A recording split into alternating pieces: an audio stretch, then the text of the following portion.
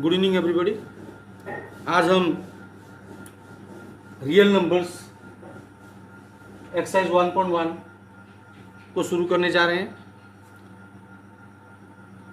Use equilibrium division algorithm to find the HCF of 135 and 225। पहला एक question हम करेंगे, इसको इक्विलिब्रियम डिवीजन एल्गोरिथम के मेथड से हमको सॉल्व करना है। तो सबसे पहले इन दोनों में बड़ा नंबर कौन सा है वो लिखना है। हियर 225 इज ग्रेटर देन 135, बड़ा हो गया। अब इसको क्या करना है, ये लिखना है bye using Euclid's division algorithm, bye using Euclid's division algorithm. अब बड़ा जो है उसको लिखेंगे, उसको डिवाइड किया जाएगा। ये आपका डिविडेंड हो जाएगा। किससे डिवाइड करेंगे? 135 से। जो छोटा है वो डिवाइजर हो जाएगा। इसको याद रखना, dividend equal to divisor into quotient plus reminder.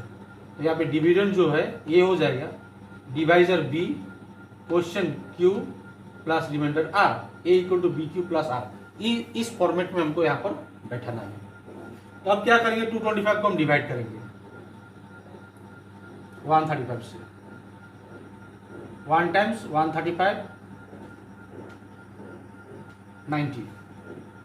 अब क्या करेंगे, फिर 90 को डिवाइड करेंगे 135, 90 से 135। यहाँ पर जो रिमाइंडर बच जाएगा वो रिमाइंडर से फिर ये आपका जो डिवाइजर था उसको डिवाइड करेंगे। 1 टाइम्स 90 45। अब ये रिमाइंडर हो गया। अब ये रिमाइंडर से फिर से ये डिवाइजर को डिवाइड करेंगे। ये प्रोसेस तब तक करना है जब तक 0 ना आ जाए। शुरू में क्या करना है, अब 0 लिख सकते हैं। जिससे आप डिवाइड, जब रिमाइंडर जो आया उससे क्या करना है, उसके पहले जिससे आप डिवाइड किए थे उसको डिवाइड करना है। यही प्रोसेस को आपको लेकर जाना है तब तक जब तक रिमाइंडर 0 ना आ जाए। तो अब क्या करेंगे, 135 से अभी इस फॉर्मेट में बैठाना है। ए हो गया आपका 225, बी हो गया 135, बी इंटू क्यू, क्यू कितना यहाँ पर 1 प्लस रिमाइंडर आर, आर कितना है 90। अभी नेक्स्ट स्टेप में यहां पर जो डिवाइजर था वो अब डिविडेंड हो जाएगा 135। 135 आपका डिवाइजर हो गया, डिविडेंड हो गया, सॉरी, जो डिवाइजर था अब डिविडेंड हो गया। 135 को डिवाइड कर रहे हैं किससे, 90 से। 90 यहां पर जो रिमाइंडर था वो आपका डिवाइजर हो गया। कितना बार किया, 90 से कितना बार डिवाइड किया, एक बार, प्लस यहां पर रिमाइंडर क्या बचा 45। ठीक सेम प्रोसेस। अब 90 को डिवाइड किया जाएगा, 90 को कितना से 45 से। कितना बार में डिवाइड हुआ, कंप्लीट 2 बार में। रिमाइंडर क्या बचा 0।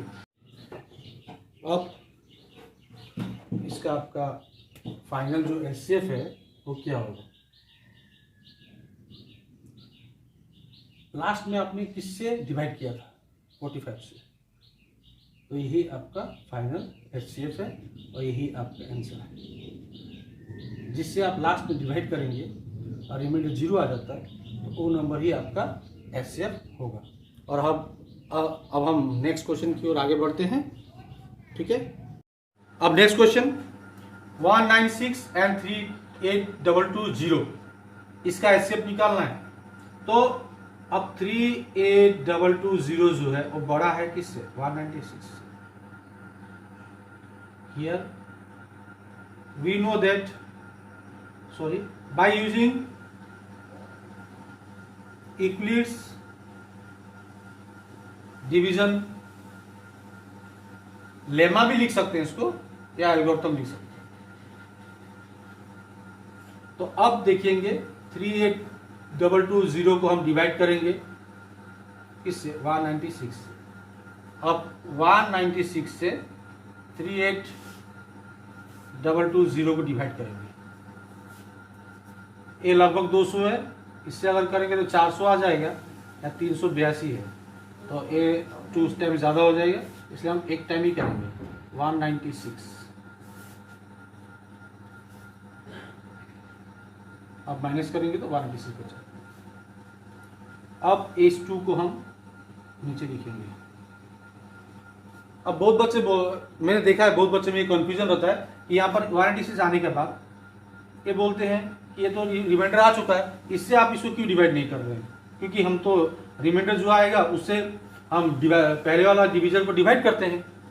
लेकिन एक केस में ऐसा इसलिए नहीं होगा क्योंकि ये रिमाइंडर नहीं है, यहाँ पर और भी नंबर बाकी है, इसको उतारना है। इतना हो गया, बड़ा हो गया।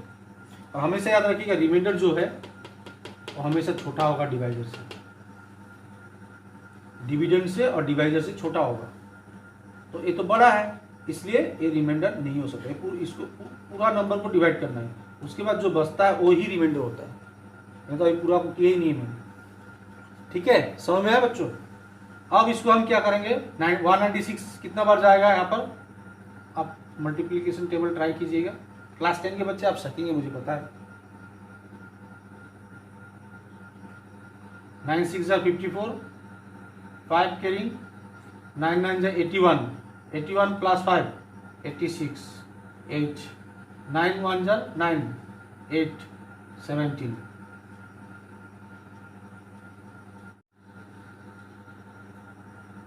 98। अब ये 0 रह गया, इसको भी उतारना पड़ता है, इसको भी उतारेंगे। अब 196 कितना बार जाएंगे चेक कीजिए। 5 6 30, 5 टाइम्स आ रहा है शायद, देखते करके। 5 6 30, 5 9 45 प्लस 3 48, 4 5 1 5 प्लस 4 9 980। तो अब हो गया आपका 0 आ गया यहाँ पे। ए 196 से अगर हम 195 को डिवाइड कर रहे हैं तो एक ही बार में, आगे नहीं बढ़ रहे हैं, एक ही बार में 0 आ रहा है। तो इसलिए इसका एचसीएफ होगा। लास्ट में आपने किससे डिवाइड किया था? एक्चुअली जिससे आप डिवाइड करते हैं, जो डिवीजन होता है अंत में, वो आपका एचसीएफ होता है। तो यहाँ पर आपने 196 से डिवाइड किया था, इसलिए इसका एचसीएफ होगा 196। तो अब हम नेक्स्ट क्वेश्चन की ओर आगे बढ़ते हैं। अब 867 को 255 से डिवाइड करना है। हियर 867, सेम प्रोसेस, इसके पहले जो मैंने क्वेश्चन किया था same process, is greater than 255। Now by using Euclid's division algorithm,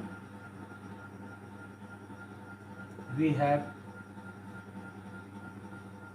867 equal to 255। अब इसको डिवाइड करना है। 867 को 255 से डिवाइड करके देखें कितना टाइम्स आ रहा है।